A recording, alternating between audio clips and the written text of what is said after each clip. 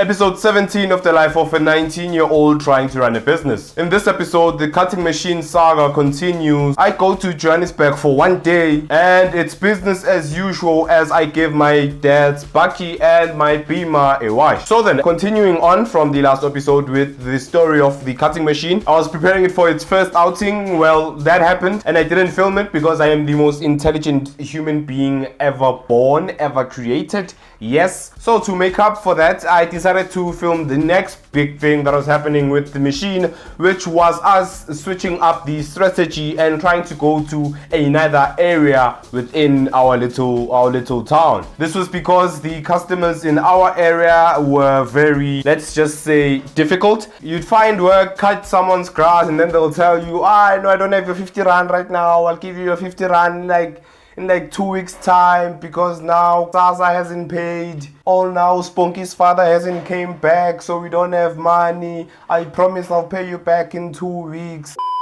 It was either that or people just flat not giving us work, just not wanting their grass to be cut. You could see that their grass is fully grown, needs to be cut. It's a necessity at this point, but they'll just tell you that they don't have money or you're charging too much. Mind you, we are charging probably the lowest rate in our area because we're just getting started and we were kind of desperate for work. So when all of that started happening, we decided to switch up the strategy and go to another area. So we woke up early in the morning. I prepared the machine as I usually do. And I loaded the guys up and we traveled to that area. After dropping them off at this area, I decided to record a little bit of a promo video into Swati, which is the language that we use here. It's basically the home language around this area. And decided to just throw something together just to post on my Facebook story and WhatsApp statuses and stuff like that, just to notify people that we were in their area and try to score some jobs. So here is that video now. Baselkwatini ifuthi ngajani bakho ukuthi ukerwe sidobe elkwatini for a few days. So when they show ukuthi either ungisendela imessage khona la WhatsApp or uyangifonela, then ke ngakhona ukukusothela same day. So yeah, if ufuna tjani bakho ukere kube ne quality le right, phinze nge price lebonakalako le right nayo into show ukuthi angithinza. Siyabona. Yeah, that didn't work at all.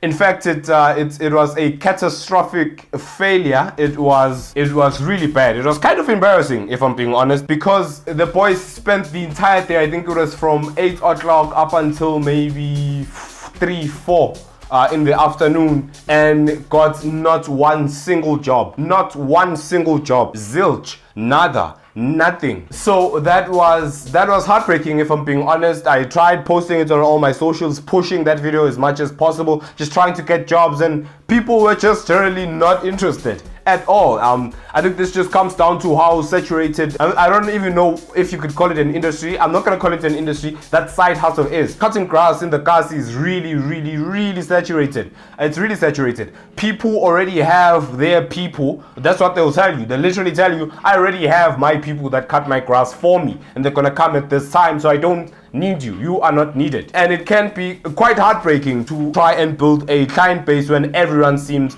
to be taken. But nonetheless, yes, this was a day of losing. We did lose heavily. I wasted diesel driving them out there. They wasted time and energy just going from house to house, knocking, trying to find customers. But it's a learning experience in that now we know that we're not going back to that area again, obviously. So that was a learning experience, and moving on, we will be more strategic with how we travel and where I'm gonna try and place the boys. But I think that was a big learning moment and something that you guys can learn from. Just make sure wherever you're going, if you're going to travel for a job, make sure that the job is actually waiting for you and that you're not traveling to look for work, because you might just waste your time and money traveling somewhere only to not do anything when you get there. Yeah, just something to keep in mind. Right then, so moving on from that mess up of biblical proportions, up next was my quick little trip to Jozi. I say quick because I went there and came back all in one day. Now, considering that the round trip is about 680 something kilometers, that is kind of insane, but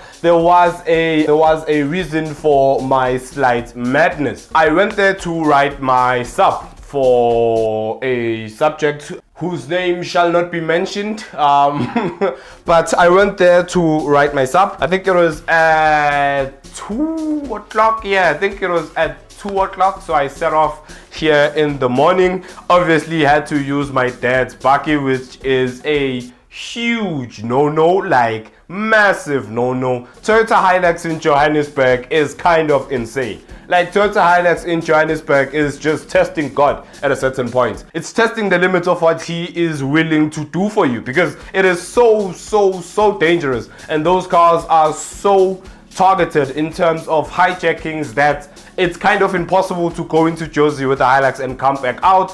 But because I knew that I was going straight to campus, and I knew that the Wetsbram campus was right off the highway, I knew that I wouldn't be roaming around anyway. I'd just go from here straight to campus and try not to get hijacked or kidnapped or something else extremely horrible along the way. So yeah, I set off. It was kind of a rainy day. But yeah, everything went off without a hitch. Got there, wrote the sub, and came back all in one piece, thankfully. And came back not in a Toyota Quantum Ultra, thankfully, because that was my biggest concern. I was driving really defensively, really aggressively. Not my style of driving within the city. I'm usually a really relaxed driver in the city because I know that a lot can happen. But driving a Toyota Hilux, you kind of have to throw all of your normal driving conventions out of the window and just drive super defensively and try not to get targeted as much, especially with MP plates on the car. I was basically entering a bullring wearing a bright red jumpsuit, but thankfully everything went off without a hitch and I came back in one piece. Obviously, because of just how rainy it was that day, the bakkie was absolutely filthy. It was incredibly dirty. So the next day I woke up early and gave it a wash. But since you've seen me wash this bakkie in the previous video, I'm just not even gonna show that. You already know how that looks. But yeah, that was it for the day of my sub. And ending off the episode, well, nearly ending the episode of Joy of Joys, my Beamer was back. Words cannot describe how excited I was to finally have my car back. I think I hadn't had a car at this point for like 30 days straight. I spent all that time in the workshop, but yeah, it was finally back, and the state it came back in.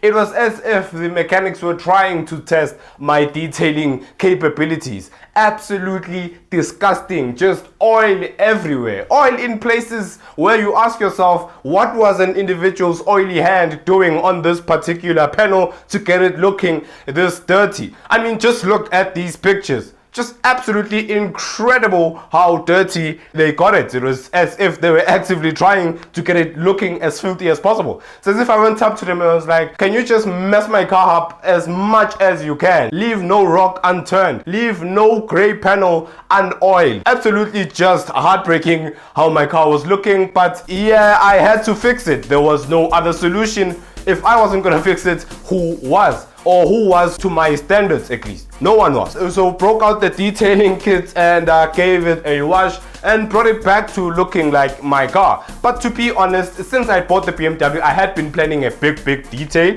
It's just that I hadn't foreseen people just adding on top of that. But yeah, I had been looking forward to deep cleaning it, making it look and smell like my car, like what I covered in episode 16, just not being able to bear dirty interiors. But yeah, this was probably the worst detailing job I have ever done, and it was on my car and it wasn't even my fault. But nonetheless, we got it back to looking clean, back to looking like something that I would drive. So that was it for episode 17 of running a business as a 19-year-old. Not really much business going on. The only business going on is the grass cutting machine, and I am kind of struggling for content in that way because I am not in Josie, so I can't really engage in the normal business activities that I always engage in. But yeah, I am trying to pump out the videos. The reviews are doing really well. Like, thank you guys so much for all the support that I've been seeing. I have a reel with like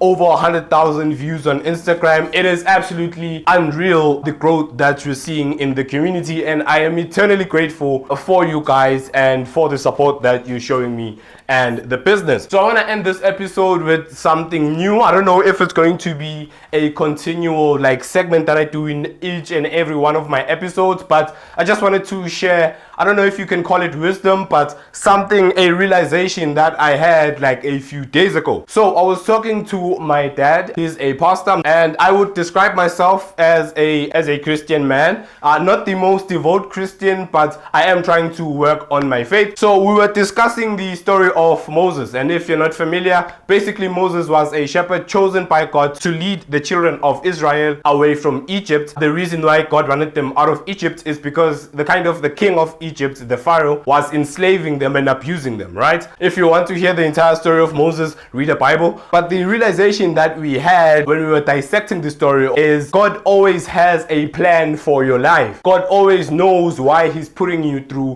what he's putting you through. Now, an example of this in the Moses story is God tells Moses to lead the children of Israel out of Egypt, but God also tells Moses that I am going to make the king's heart hard, which means I'm going to make the task that I'm giving you kind of impossible. And looking at it from Moses' perspective, you would ask yourself, why would he do this? Why would he give me a task and then make it infinitely harder for me to complete? That's kind of contradictory, don't you think? But going forward in the story, obviously 10 plagues happen and all that, but once Moses actually starts moving the children of Israel out of Egypt, the Pharaoh is on the tail following them because of that hard heart that God had given him. Because of that heart that could not forgive them or that could not let them go as his slaves, and that hatred that he had inside of him, he had so much anger that anger spurred him on to chase them as they were going out of Egypt and towards Canaan. Obviously, we know the story. They come to the sea and the Pharaoh is still hot behind them, still following them, still trying to, well, end them because once again of his hard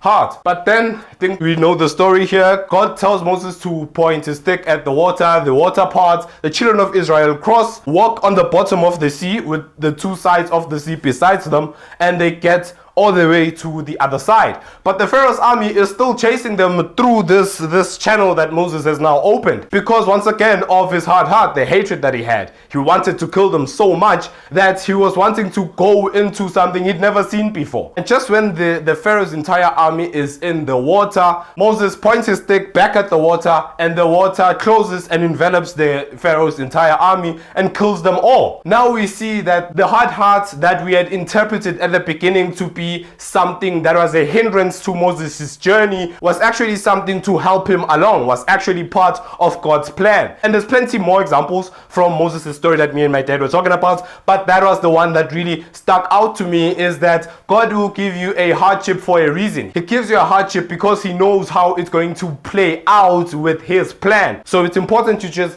have faith in the Lord throughout everything that you're going through, because at the end of the day, every hardship is ultimately always a part of his plan. Yeah, I just got a bit preachy there for a minute, but that was just something I wanted to share. Let me know in the comments if this should be like a regular segment that I do, or if I should stop it and stop trying to be a preacher. But yeah, thank you for watching.